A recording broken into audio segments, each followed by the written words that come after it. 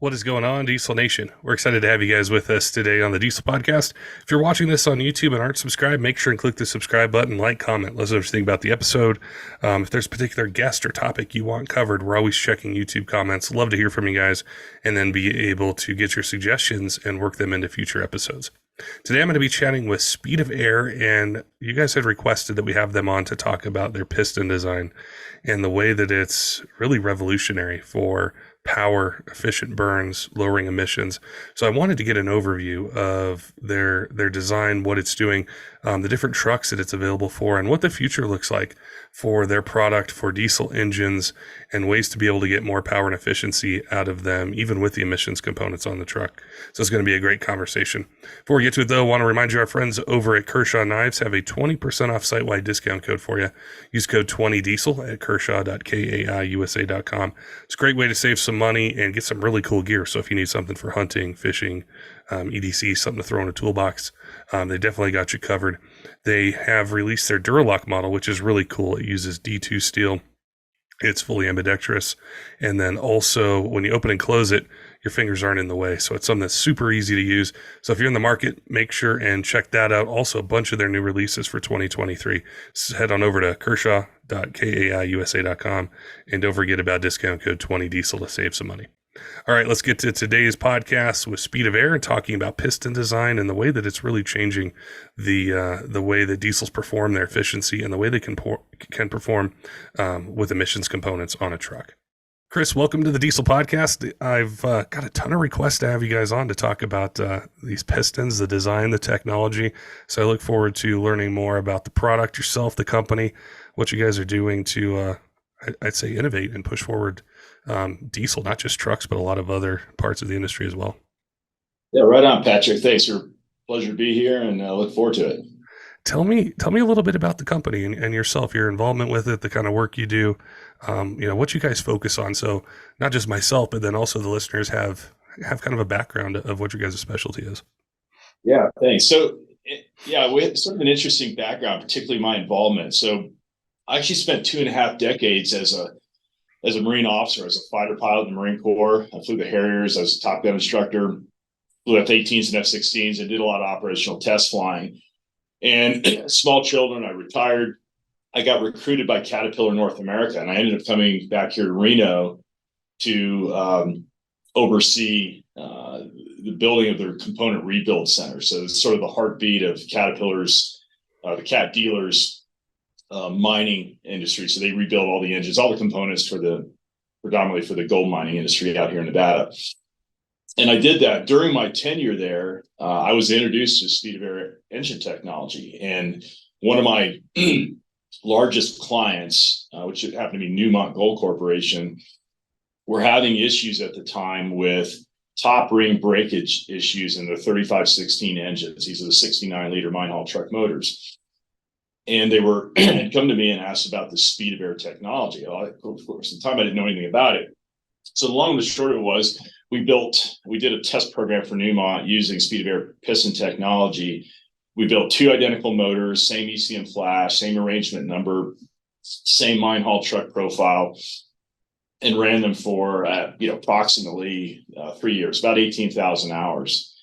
And I got to oversee the build of the engine. I oversaw the testing, oversaw the teardown and the post-mortem inspection. And it was just amazing at how well this technology worked. And so, fast forward a few years, I think it was a lot of smart people in the company, but not particularly well run from a business perspective. And I think they went after the large bore market, and that was the intent, without sort of getting it at the ground level, the base roots level to begin with. And that was problematic. When you have a haul truck that's producing $40,000 or $50,000 an hour, there's a lot of perceived risk to start using new technologies that don't come from the owners. Yeah, so that was kind of a barrier, and it was frustrating for them. So the long and the short of it, I came in and took over the company, and I said, let's go back to basics. Even Caterpillar doesn't take a new technology and throw it into a haul truck. They put it in a skid steer or backhoe, and we work up from there. So that's what we did. So we went back to sort of the grassroots and developed the mid-duty diesel piston. We thought that was an excellent place to start. We had a lot of experience with it. And then we had a willing partner, both with United Engine Machine, which is where I am today, actually in their conference room. And they're a 100-year-old piston manufacturer. And I'm sure a lot of your listeners are familiar with their dual oil line of diesel pistons. And they're known for their innovation. So we kind of started working with them to develop a product that we could actually sell, commercially and get out there in some fairly large numbers. But back to, your original question too, that's sort of my involvement. But Speed of Air started off really focused, not solely, but almost solely on the emissions issues, particularly in the diesel market. And of course, the automotive industry has treated emissions issues ever since the 70s, when the mandates came out and Clean Air Act came out, and the first catalytic converter got thrown on a car in the 70s. Has been the approach has been to slap something on the aftergas. So we started with catalytic converters. Now I call it the three-letter alphabet soup of emissions control devices, from DOC to EGR to SCR and DPF and all the rest of it. And as most of your listeners probably know, you may get a clean tailpipe, but there's a cost associated with putting a bunch of Band-Aids on the back end of the exhaust stream. And so Speed of Air's approach was say, well, let's go back and look at the combustion chamber itself. We've messed around, the industry's messed around with valve geometry and head geometry, and we've to induce swirl and tumble and better homogenize the air fuel charge. But we want to really get down and look at, microscopically, look at the surface area physics, what's actually happening inside the combustion chamber.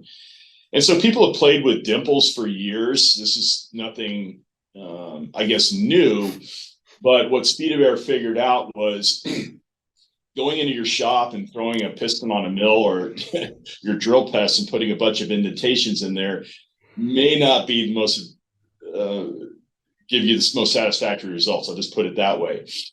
What we found is there's a lot of math, a lot of computational fluid dynamics that goes into each design. A lot of it has to do with the injector spray patterns and how fuel is introduced into the chamber, where we're getting fuel wash. But essentially, in a nutshell, the turbulators, or the indentations or dimples in the pistons, are causing microturbulent vortices. And just like a golf ball, that allows a tightly bound laminar flow.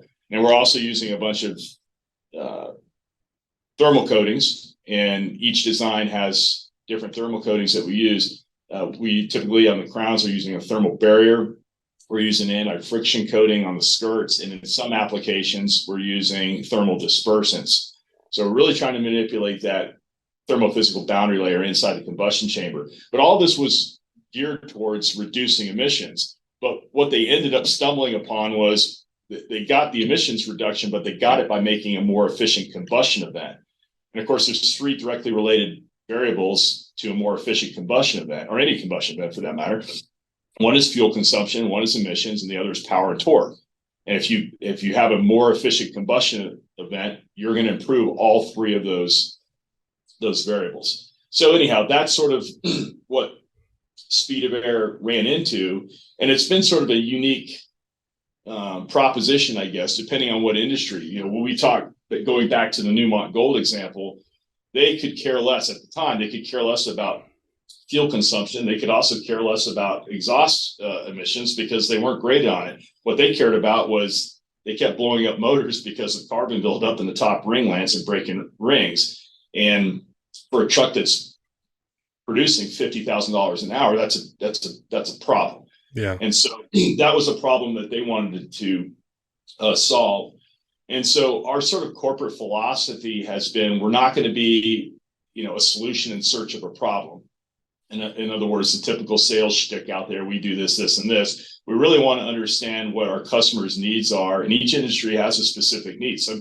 Some companies have big ESG efforts, and they care about emissions and saving the environment or regulatory hurdles. Some, if you're a race car driver, they just want more power and torque. If you're a hotshot driver or a long range trucker, you care about fuel economy and reliability. So, we try to solve our clients' individual issues, solve their pain points with it. But again, we just sort of stumbled into something. We were working on emissions and found out, well, actually, there's a great value story here for fuel economy. There's a great story here for power and torque and drivability.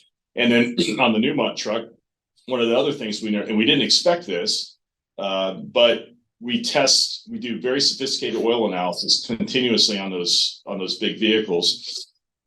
And the reduction in soot, and of course, soot is a byproduct of the diesel combustion process. And most of your listeners know that it's an abrasive. So absent silica or something else getting inside the engine that's not supposed to be there, that's a primary wear component for our lubricated bearing surfaces in the ICE, particularly for diesels. And we reduced soot by 55%. Well, the end result was when the maintenance superintendent ran all the numbers at the end of life. So again, this was about 18,000 hours in a little less than 3 years' time. The difference just in fluids and filters and labor, just for oil changes, was almost $250,000 between the two trucks in savings, because they were able to extend the oil change interval they basically doubled it. The fleet average, I think, was 250 hours. The speed of air truck went 500 hours between oil changes. And even that was due to a limitation placed on by Caterpillar, who said, you change the oil based on the condition monitoring of the fluids, but under no circumstances do you go beyond 500 hours. So even our 500-hour oil sample, in most cases, was cleaner than the 50-hour oil sample of its running mate.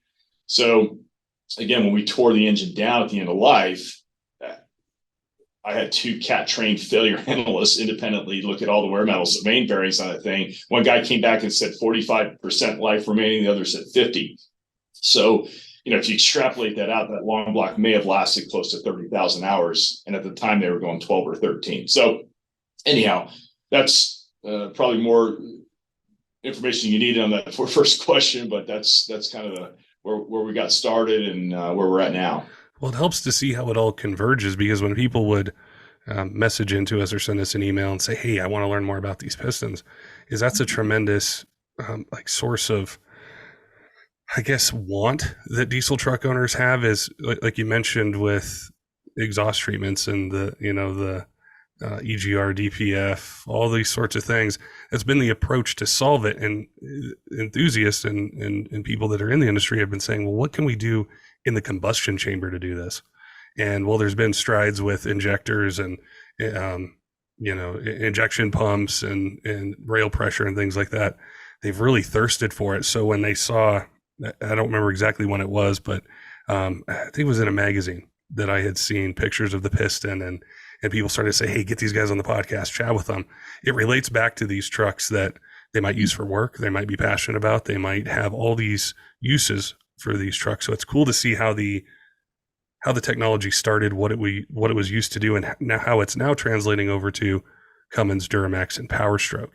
What has that transition been like to go into these daily drivers, these work trucks, these hotshot trucks that people are wanting? A lot of the benefits you mentioned, whether it's less soot, less maintenance. I'm sure that there's more power and torque that are achieved through a better combustion process. But what's that transition been like? Well, it's been interesting. I mean, anytime you take a startup business from the ground up, and the real challenge has been, we're not auto parts salesmen. This is not another Piston. They say, well, I can buy these for this much. I said, well, you're not really, we're not competing with anybody else. This is a unique, it's patented. We own the patents, and the sort of science that goes into successfully getting a design is pretty substantial. So, and I get in conversations with people, I remember we did this in race cars 20 years ago and we didn't see much of a deal. I said, you didn't have the computing power 20 years ago to do this advanced computational fluid dynamics that are necessary to optimize a design to work as efficiently as we have them working. So that's the first thing I tell. But it's been an interesting process, I guess, because there's so much education that goes in. Some of the folks out there will do a lot of due diligence and research, and they'll read articles. And we were just featured in Motor Trend magazine. In fact, in the last month, we've been in Motor Trend, Hot Rod, Engine Labs, Engine Builder, and a few others. And so people go up and read that, go to our website and read up on it, and they say, oh, I get it. That makes sense. Other folks will just click on a link on Facebook and say, we tried that before. It doesn't work. Well, it does. So, educating the consumer, if you will, on what it does, what the benefits are, and really defining a distinct return on investment for the piston versus, it's just another auto part that we're going to put in the vehicle and run it till it runs out. So that's probably I would say, it's been the biggest challenge. Other than normal, it's a new business and it's a startup. So getting manufacturing and quality assurance program in place and all the processes that we need to successfully pull this off. There were a lot of things that, say, even with UEM, with their normal production process, there's a lot of labor. It's a very labor-intensive process to build one of these pistons. So particularly with the coating. So folks that do custom pistons, but to manufacture on large scale, something that requires to be washed, media blasted, taped off, coated, baked, cured, and maybe 2 or 3 times for each type of piston that we build. Not to mention the fixtures and to build and for each, for the machining process, CNC process for the dimpling on the surface, which is actually probably the easiest from a production standpoint to do. And then we had to develop new quality assurance programs. For example, every piston that goes in our box sits for 24 hours in a temperature controlled room at exactly 70 degrees Fahrenheit. And each piston skirt is measured and recorded and goes in the box. So we wanted to ensure that we weren't going to have returns, people weren't going to have issues, and we had the highest standard of quality in the industry, bar none. So those were sort of the challenges and ongoing challenges, to get to this point. But the biggest one now is just educating our consumer base and educating our clients on, somebody just opens up a magazine, sees a dimpled piston and say, why do I want to buy that? Well, here's why. So I'd say that's probably been the biggest challenge so far. When I think of pistons, and I've done episodes in the past with engine builders building something specific towards racing or higher power, higher torque, the truck's being trailered somewhere. And I'd say as an enthusiast, we don't necessarily think of a piston being something that we're going to invest in for something we're going to put hundreds of thousands of miles on if we have a failure. And that's what really piqued my interest with it, is this isn't necessarily, that's just a very small percentage of truck owners out there that are doing race trucks. Most of them are work day in and day out and crisscrossing the country and hauling things. And I know listeners are going to think, okay, so what benefits would I get? So I guess maybe we could start with which trucks do you guys offer these pistons for? Is it the newer ones that it started with, and is it trickling back towards some of the older ones? Or what's been the focus for the rollout of these in pickup truck applications? Yeah, so we have, probably 200 and I should know this number, but probably 250, 270 unique part numbers available for the mid-duty diesel line. So we offer everything up to the 2016 LML for the Duramax line, 6.0, 6.4, 6.7 Fords, 5.9, 6.7 Cummins, and so if anywhere back to the mid-90s up to around 2018, depending on the model. So the latest Duramax I think we have is LML.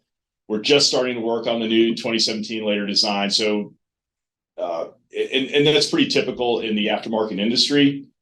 You're not going to see pistons for a 2023 truck in the aftermarket industry because there's no demand for them. They're not being rebuilt yet. So we're on par with everybody else in the world. If your truck is up for rebuild, we probably have the piston. If you're running an old 5.9 12 valve, we have pistons for that. So right up to something pretty modern. Almost every design we have standard in typical oversize 0.25, 0.5, 0.75, and 1 millimeter. So in SAE numbers, that would be 10 over, 20 over, 30 over, 40 over. And then in many of our designs, we have reduced compression height size. So if you deck the block or something, so we can cut those pistons down 10 thousandths. And then if, we've had customers like doing custom builds where they're using a, 5.9 block and a 6.7 crank, and they want to deck the piston, 83,000s or something like that. We can do custom orders like that and work with customers individually, valve reliefs, things like that, if they're doing, something special. Very cool. Yeah, that covers a pretty wide variety of trucks. And I'm sure you guys know this from the extensive research and experience that you guys have, but there almost tends to be a completely different set of questions that somebody with a truck with a DPF and EGR on will ask versus somebody with that 12 valve or that 5.9 or that LB7. So if we were to take kind of both of them almost separately a little bit, is with these newer trucks, say the LML or the 6.7 Cummins, what sort of differences will they notice with either less regens, lower EGTs, things like that, as far as being an operator or an owner of one of these trucks? Yeah, great question. And I get at, and let me just answer a question that you didn't ask, because I get asked this a lot, and people say, "Hey, can I delete my DPF?" No, you can't. You can do what you want, but this is not. There's no legal means for. I cannot sell you a set of pistons and say, "Oh, this obviates the need for you to have any after gas. You can cut it all off because you're still gonna pass emissions," even though that may be true. So. What your listeners may do, in the darkness of night or on their own time, that's fine. But we have to tell people that at the time. Now, we'll hopefully get this a little bit later in the session about some of the initiatives that we have going on with CARB certification and Tier 4 upgrades and things like that. That's some of the stuff I'm probably most excited about. But for right now, back to your question, what you're going to notice is, and I had this discussion with one of the PhDs with the EPA that was doing the clean diesel verification. He said, "Well, we already have NOx at a very low level at the tailpipe." I said, "Yeah, but it's not upstream of the tailpipe. What's the garbage that you're piling into these after gas motors?" I would argue that the engines are actually less efficient, and we know this. We've seen, for example, the Cummins X15, which is the latest and greatest 15-liter. We've seen a lot of over-the-road applications, fire trucks, ambulances. I mean, it's very, very prevalent engine out there on the heavy-duty side. Those engines on a long-haul application, the old Cat 3406 example, or a C15, would reliably get 1 million miles between overhauls. Sometimes I've talked to folks that've gotten 1.5 million out of them. And I've literally talked to owner-operators running 15s, and they're pulling the top ends off at 100, 150, 200,000 miles because they're just so coked up with carbon. So again, you pay a price for these after-gas treatments with the longevity and the reliability of the engine, not to mention guys trying to make a living. In fact, coming to this meeting today, there's almost a wreck on the highway with a FedEx truck with his flashers on going down the highway at probably 20 miles an hour, obviously in D rate. So what your customers would see was much reduced regen activity. In fact, just as an anecdotal story, we did a C7 8-cert motor that's a 7-liter Caterpillar engine and a transit bus. This was for the Lake Tahoe Transit Authority. So the blue buses that run tourists around Lake Tahoe in Nevada and California. And this is one of the most environmentally sensitive areas on the planet, certainly the US. And so the issue that they had was the bus would not meet the opacity limits for California, which is 20%. And in the summertime, they couldn't get a full load of tourists up the mountain. It's 20 miles an hour with blinkers on. So we applied the technology to the bus. This is like 7 years ago. That motor has not regened in 7 years. Has not regened. And it runs up, and we got the opacity when we got it. Again, it was 23%, even with the aftergas, which is out of limits. We got it to 0.00 after 1 minute of warm up. So that's the kind of stuff that we see. So for your mid-duty diesel drivers, what you're going to see beyond the fuel economy, you're not going to see the biggest reduction in emissions at the tailpipe as you would, because so much of the aftergas is masking what's happening inside the combustion chamber, but you will see a reduction. So but you will see reduction in DEF usage. You will see a reduction in regen activity, less DEF fluid. Certainly, you're going to have more torque and power, and it's really usable. The drivability, that's one of the biggest comments we get is how much better the truck drives, how just the responsiveness of the engine. So those are probably the biggest things you see with the aftergas. So, and again, the maintenance on those things isn't cheap too. If you have to decoke a DPF and pull that off, I don't know, $1,500 for a mid-duty truck, something like that. I mean, there's some other expenses that go along with having that stuff on your truck and maintenance and reliability issues. So, cleaning it up is cleaning it up, and it's going to make it last longer. It's going to make it more reliable and less maintenance downstream. I imagine that the benefits for those older trucks that didn't have a DPF or an AGR is exactly the same. They can probably just get even more of a benefit with it, or they might be able to quantify it easier because they don't have some of these other components like EGR, DPF, and DEF and things like that. So as far as those older trucks, would you say those benefits would be the exact same, if not even more, just because of the nature of them? Absolutely. They're more pronounced, again, because you don't have anything masking those issues, particularly on the emissions side. So, I'd encourage if you go on YouTube and look up speed of air engine technologies, we actually have a video of Tim Anderson, who owns TNA Performance diesel rebuilders here in the Reno area. He did his personal shop truck. He's been featured in a number of magazines. He was an engine builder, Motor Trend, things like that. But we took his truck, which is a 2002 7.3 liter Powerstroke, no aftergas on it whatsoever. And we have a video of him running on the dyno with our pistons, and he's running 50 miles an hour, pulling a 30,000-pound load. And he's making 565 horsepower, 1,301 pounds of torque, and the tailpipe looks like a Prius. It's not a wisp of visible exhaust, really. So we got that truck down, and mind you, today in 2023, California opacity limits is 20%. That truck pulling that load was pulling, I think, around 6 or 7% opacity.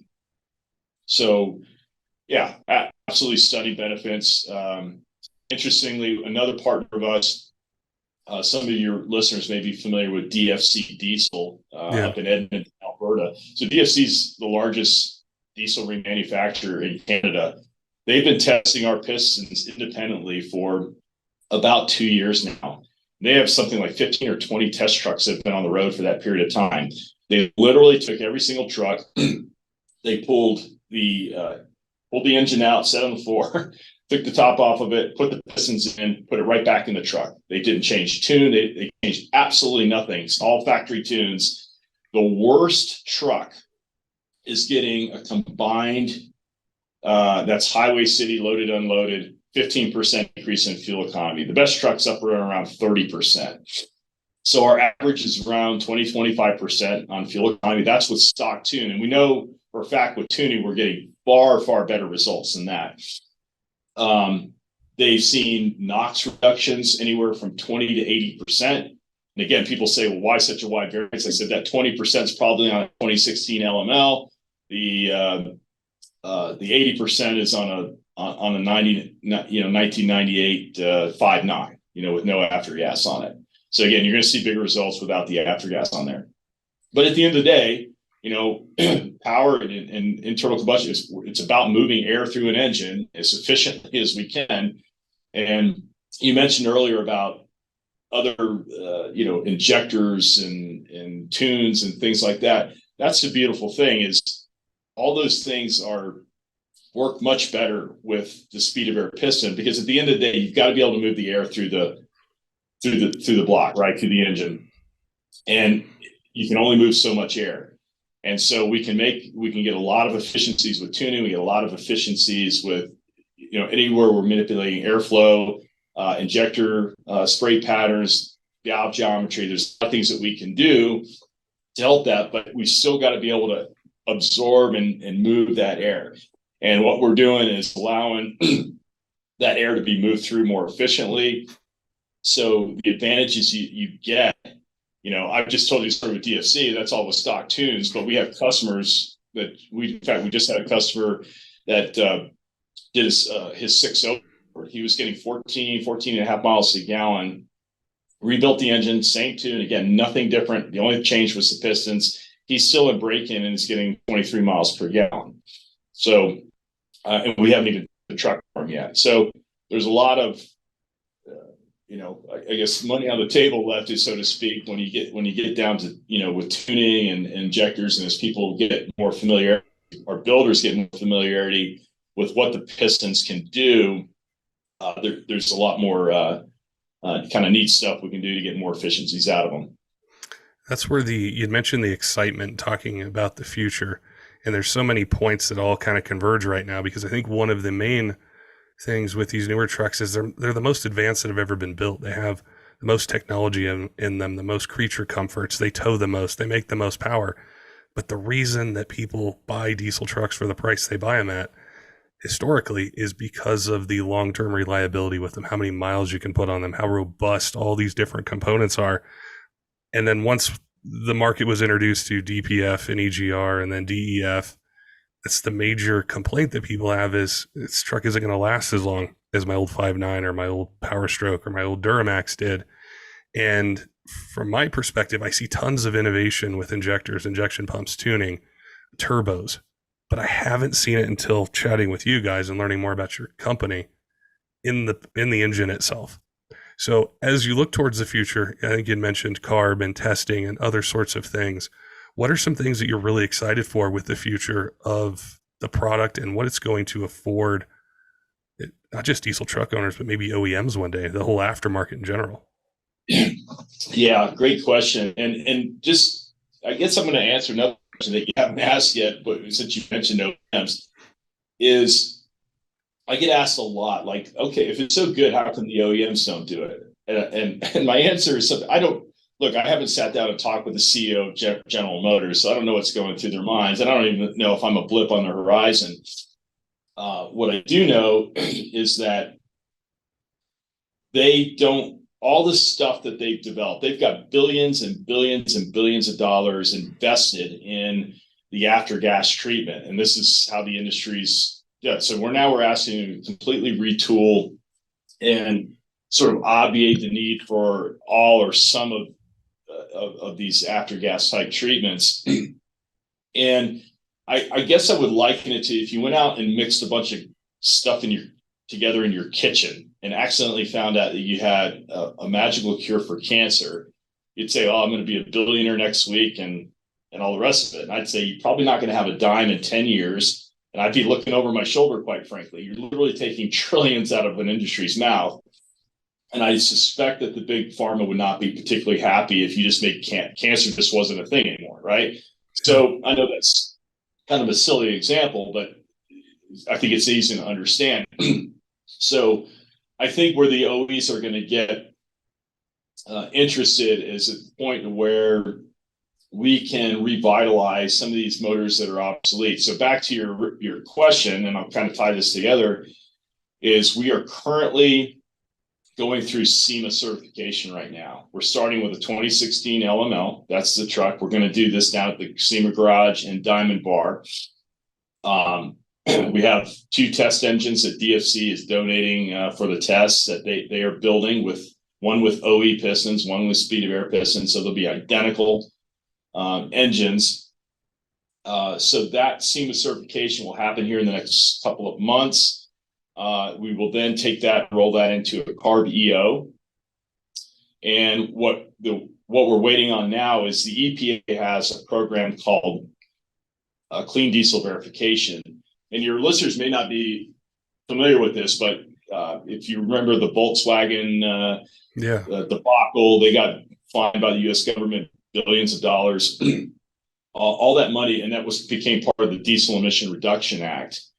And all that DERA funding went to the 50 states, state EPAs. So the CARB, the Texas Commission on Environmental Quality, Nevada Department of Environmental Protection, so on and so forth. And each year those states take that money and they grant out to, it could be a business, it could be a municipality or what have you, to voluntarily introduce what they call a clean diesel device to their vehicle fleet. Well, all clean diesel vehicle devices, to my knowledge at this point, are some kind of after gas treatment. So for example, you have a school bus, you're a school district, you have a bunch of old school buses puking out PM 2.5 and NOx in our fifth graders, and you say, well, we're going to go put this, we're going to put DPFs on these buses voluntarily. They can go on the EPA's Clean Diesel Verified list and pick something that's been verified by the EPA. They can then apply for grant money through their state EPA to pay for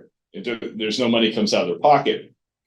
We are actually going to get our pistons EPA certified as a clean diesel device. So that'll be the first, and frankly, we'll be the first piston in the world that's been SEMA certified, the first piston in the world to have a CARB EO number, and certainly the first piston to have actually be listed by the EPA as a clean diesel device. So we're working through all of those concurrently right now. What I'm really excited about, and this kind of ties back into where I think the OEs start getting interested, is beyond the mid-duty diesel stuff, I'm really pivoting quickly into the over-the-road heavy-duty market. So you're sort of 12, 15, 18-liter engines. And we're doing a lot of work with the Detroit 60 series, all of the old Cat C series engines that were still on the road, well-loved and liked. If you guys don't know, and I probably do because I know you guys do a lot of regulatory stuff, but, California introduced the law where anything older than a 2010 truck is not allowed in the state. We are working on taking all of those engines.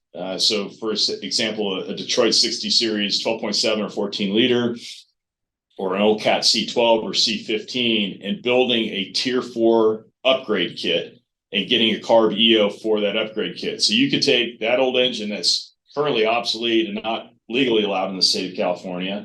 It's not going to be just a set of pistons. We're not going to get there with just a set of pistons, but we're convinced we can get there with our pistons, our turbo.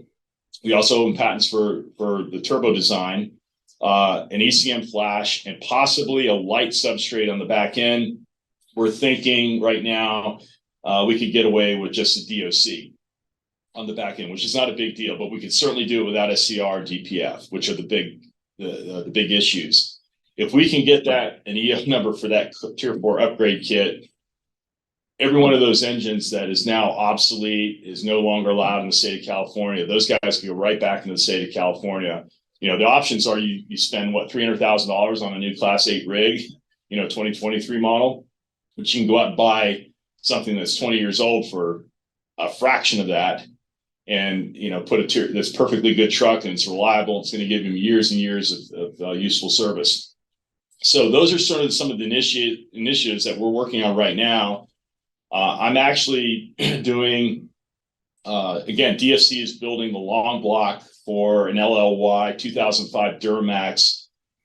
It's actually my personal truck. I've got 320,000 miles on it, stock truck, never done anything to it. And we're going to swap out the motors, and again, 2005 was sort of that last year on the Duramax line with it's got EGR on it, but it has nothing else. And our goal is to actually, as a proof of concept, make that 2023 tier 4 final compliant without any aftergas, or at least without DPF or SCR. So that build is going to start here pretty soon. So we're really, really excited about that, just as a proof of concept to show that we can do that. So again, back to the OEs, are they interested in me right now? No. If I start taking their engines that aren't tier 4 and making them tier 4, I think that's probably the point where we have some OE interest in what we're doing. That's really, I can't emphasize it enough how exciting it is, because any conversation I either have on a podcast or not on a podcast with an enthusiast or even a company, that's what people want. That's what these millions of truck owners want, is that ability to say, I'm going to go buy a 2023 or a 2025, whatever year it is, and there will be emissions controls on it, but what if it's not as aggressive? What if I don't have as aggressive of an EGR with some of the issues with the engine and the longevity. And that's been the hope for such a long time. And that was really why I was so excited to do this Yeah. podcast, because it's always everything else. And we're still left with the same issue of, I'm going to go into regen. My oil's going to get dirty. My engine's not going to last as long. What can we do, to fix this? So I think that approach and what you talked about with the proof of concept and taking these other, platforms and saying, hey, we can do this. We can meet these strict standards you have and revitalize a truck that's 20 years old, or do it with, pickup trucks, is so incredibly exciting. And I think that's going to give a lot of people hope and excitement to be able to follow what you guys are doing. Yeah, and like I said, Speed of Air at its inception was really geared towards environmental concerns, and but it's a big bridge to cross, and we've gone back to the mid duty diesel. Like I said, it's an easier, it's less risky. It's an easier concept to understand without getting into millions and billions of dollars of assets in the large bore industrial market. But if you think about, and I'm all about, I don't get in discussions with people about EVs, and I have my own personal thoughts about that, and this is not what it's about. But if you really have a sober analysis, and you're just not out there in just left field somewhere, to have a sober analysis about carbon footprints and who's doing what, and because right now you buy an EV, that's great. All you're doing is shifting the carbon footprint to somebody else's neighborhood. That's just the facts of the matter. And to intimate that we're going to have, EV ships and EV planes and trains in our lifetime is folly. It's not going to happen. Diesel is the most energy dense fuel known to mankind, outside of nuclear. That's why industry runs on heavy fuels. So we're going to be relying on that for quite some time. The proposition we have is, if I say, okay, it's going to take you 50 years to really have a huge impact on the industrial side of the market with alternative fuels, whether that be electricity or solar or what have you. Would you just stick with what you have until then? Or if I offered you, say, a 50% or more reduction in emissions immediately tomorrow, would you take that? And that's really the proposition that I think we're offering here. So yeah, revitalizing old engines. And if you look at, again, just the carbon footprint, to manufacture a new engine, to go mine the metal and the ore, to build a new block, about 85% of the carbon footprint for manufacturing an engine is consumed in the block and the crank. Well, we can reuse those. If we can reuse that and remanufacture those engines, again, we're probably doing more to save the environment than anybody out there running around with their Prius or their Tesla. So, and not to make derogatory comments about EV people, but that's just the facts of the matter. So we think we're doing something beneficial, and we're excited about it, and we're certainly excited about it. I mean, think about transoceanic shipping, right? These big 5, 6, 7 cylinder, 36-inch bore, 2-stroke diesel main propulsion engines on these ships. A freighter from Indonesia to Long Beach round trip is going to burn $4 or $5 million in bulk fuel in one trip. I mean, if we get a 5 or 10% increase in fuel economy, and look at the NOx that those things put out. You can't put emissions on. Same thing with airplanes. We actually have these pistons in an airplane. You can't put after-gas devices on an airplane engine. It just doesn't work. And we ran that airplane engine on a dyno. We went from 299 to 320 horsepower, and at the same time reduced brake specific fuel consumption by 25%. We went from 0.56 to 0.42 in gallons per hour. That's like 28 gallons an hour full power to 22.7, I think it was. So, there's just so much opportunity out there, and we're super excited about it. Right now we're hyper focused on your listeners' needs in the mid-duty diesel market, because we just thought that's a great place to to start, but we're really trying to get quickly pivoted into the heavy duty stuff and then really get into the large bore. And again, I think the sweet spot for going forward for this technology is going to be in the mining, rail, maritime, and large bore industrial power industries. I think that's where we're going to see the biggest bang for the buck for the environment and for business overall. I know that this could probably be like a 4 or 5 hour, like Joe Rogan-esque kind of podcast where we got to take a break, have lunch in the middle. And I'm sure there's questions I didn't ask. And I know with our audience, there's going to be engine builders that listen. There's going to be enthusiasts. People are going to have questions that I didn't think to ask you, or they might want to focus in on something really specific.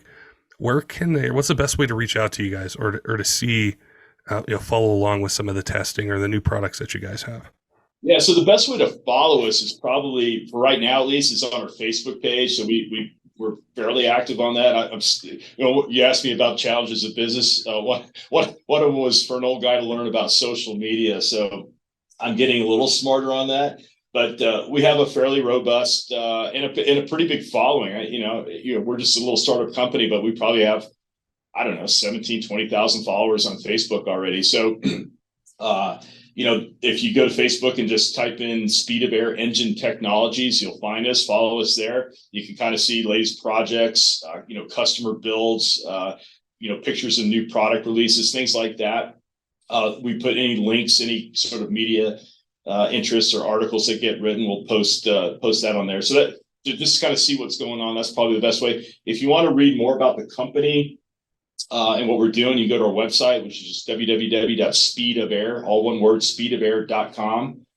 And then I would also point our sales website, so where you can actually buy mid-duty diesel pistons, is www.soapistons.com. And interestingly, we have a right on the landing page, you can just plug in your truck, year, model, and it'll take you to our product offerings. But we have a little slogan on there that says the only piston in the world that pays you back. And there's a button there that says see how. So you can actually go to an ROI calculator, plug in how many miles you drive, what you pay for diesel, and you can put in your oil change intervals and what percentage increase in fuel economy you're going to get. You'll see how much money you're going to make a year put back in your pocket relative to just some OE pistons. So right now I tell you that we are seeing on average with stock tunes, without doing anything else, we're seeing around 20-25% increases. Guys that are tuning their trucks, we're seeing 50% increase. We got a hotshot driver in Fort Worth hauling a 30,000 pound load around with a 6.7 Cummins, 3,500 Ram. He was getting 8 miles a gallon loaded. He's getting 12, 50%. So huge gains. So we don't advertise that. I'll just tell you, customers are getting it. We'll say comfortably, conservatively, 20-25%. So anyhow, you can kind of click through the ROI calculator there at soapistons.com. And I'd also invite you to go to uempistons.com, the website. You can get to the same links there. And if your listeners are interested in a speed of air engine, a crate engine, please go to DFC Diesel and check them out. They have the same ROI calculator as well, and it's also interesting to see their perspective on what they have observed on their testing data with speed of air over the last couple of years. So another independent source. So kind of a mouthful there, but if you Google speed of air technologies, I think you'll find all of those places as well. Well, I appreciate you sitting down with me today, chatting, sharing this story of the business, yourself, the technology, and then the future as well, which is going to have us all excited to see the progress that you guys are able to make on so many different platforms. So again, I appreciate your willingness to come on, chat with us, educate us. And I'm sure in the future, there's a ton of other things we could talk about as it pertains to combustion pistons and just making these things run cleaner and more efficient, which is what we all want. Right on. Well, anybody wants to know more, call us anytime. We'll always answer the phone. And if we don't answer, we'll call you back. So we're always happy to talk to folks and answer questions. And appreciate you having us on and appreciate your time, Patrick. And good luck to you. Don't forget, diesel fans, make sure and head on over to kershaw.kaiusa.com. Use code 20diesel, save 20% off site-wide. So if you need a knife for hunting, fishing, EDC, something like that, they've definitely got you covered. Also, make sure and check out their Duralock model. It uses D2 steel, it's fully ambidextrous, and then also the way it opens and closes, your fingers aren't in the way when you do it. So they've got that, a bunch of new products that have been released for 2023. So make sure and use that discount code if you guys are in the market, save some money, get some cool gear. Also want to give a shout out to some of our Patreon supporters, Tyler Loewen at 23 Diesel, Jay Cole, Joe, all of our other Patreon supporters. All of you that are on, that follow us on like Instagram, Facebook, TikTok, or on our Discord. We appreciate all the support you guys have given us for 7 years now, and look forward to bringing you guys even more episodes that you guys want to hear in 2023. Until next time, keep the shiny side up.